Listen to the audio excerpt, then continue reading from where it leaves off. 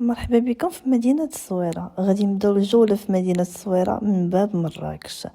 الصويرة هي الاسم الحقيقي السويرة، تصغير السور اللي كان حيط بها في عهد الفينيقيين اللي كانوا باسطين النفوذ ديالهم في القرن الثاني عشر.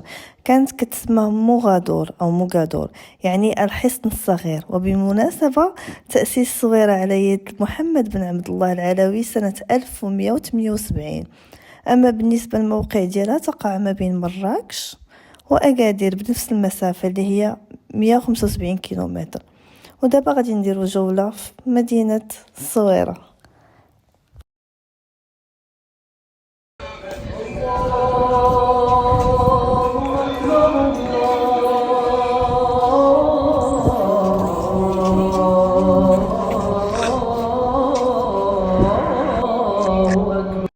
سبحان الله، المدن الصغيرة والمدن العريقة تيكون فيهم واحد الطابع روحاني كبير. المهم الناس اللي كتشوفوهم تما ما كتلقاهمش يعني كيردوا البال بزاف الحوايج ديالهم ولا المظاهر. بالعكس، الناس بسطاء حتى من الحوايج اللي كيتباعوا، حوايج د الطابع بسيط بسيط جدا، يعني الرجوع الى الاصل الفضيلة. من بعد يعني كتشوفوا كيف ما معروف بان الصويرة معروفة بالمنتجات ديال العرعر، منتجات طبيعية من اركان ديال القصب، يعني الالوان صراحة، يعني البساطة والجمال والرقي. الصراحة تتبغيو تبقاو تشوفوا ما كتسخوش بهادشي، وتبارك الله على الحرفيين المغاربة ديالنا في اي مدن مشرفيننا، وخلى هذاك الله يزيد الصنعة. وشنو يمكن لينا نديرو باختصار في مدينة الصويرة؟ اول حاجة ضروري خصنا نديرو جولة، وضروري غادي ناخدو معنا الباروك. فهي مدينة العرعار ومدينة الخزاف ومدينة الحلي المغربية. النقرة ما شاء الله راه العجب متعجب، كتحيرو. من بعد يعني الناس اللي هما مهتمين بالأنشطة المائية، فكاين السيرف وكاين بزاف ديال الأنشطة. ومن بعد يعني يمكن لكم تشوفوا النواحي، كاين عاوتاني دي كوبيراتيف او تعاونيات ديال مستحضرة اركان، مستحضرة تجميل في النواحي ديال الصويرة. ما شاء الله، يعني هي المصدر الرئيسي ديالنا في المغرب ديال الاركان. وطبعا الحلويات الصويرية فهي لا يعلى عليها. وطبخي ماما قالت لي، حيت ماما يعني بنت صويرة، قالت لي راه توارثوها من عند البرتغال. يمكن تكون معلومة صحيحة ولا لا، يمكن لكم تصحوا ليا.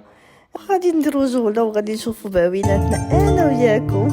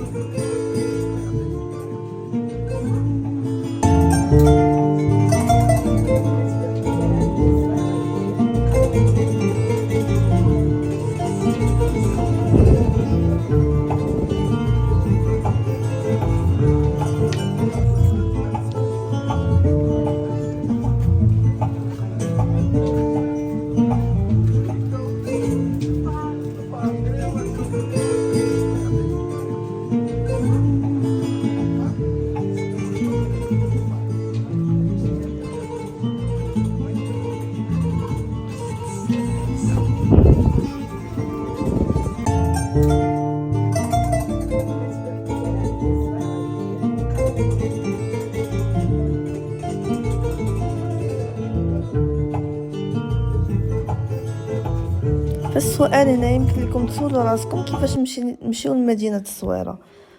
نقدر نقول لكم ان هذا ماشي بمشكل، لان مدينة الصويرة فيها مطار دولي وكاين ترونسبور من جميع المدن، يعني غير جيو مرحبا بكم.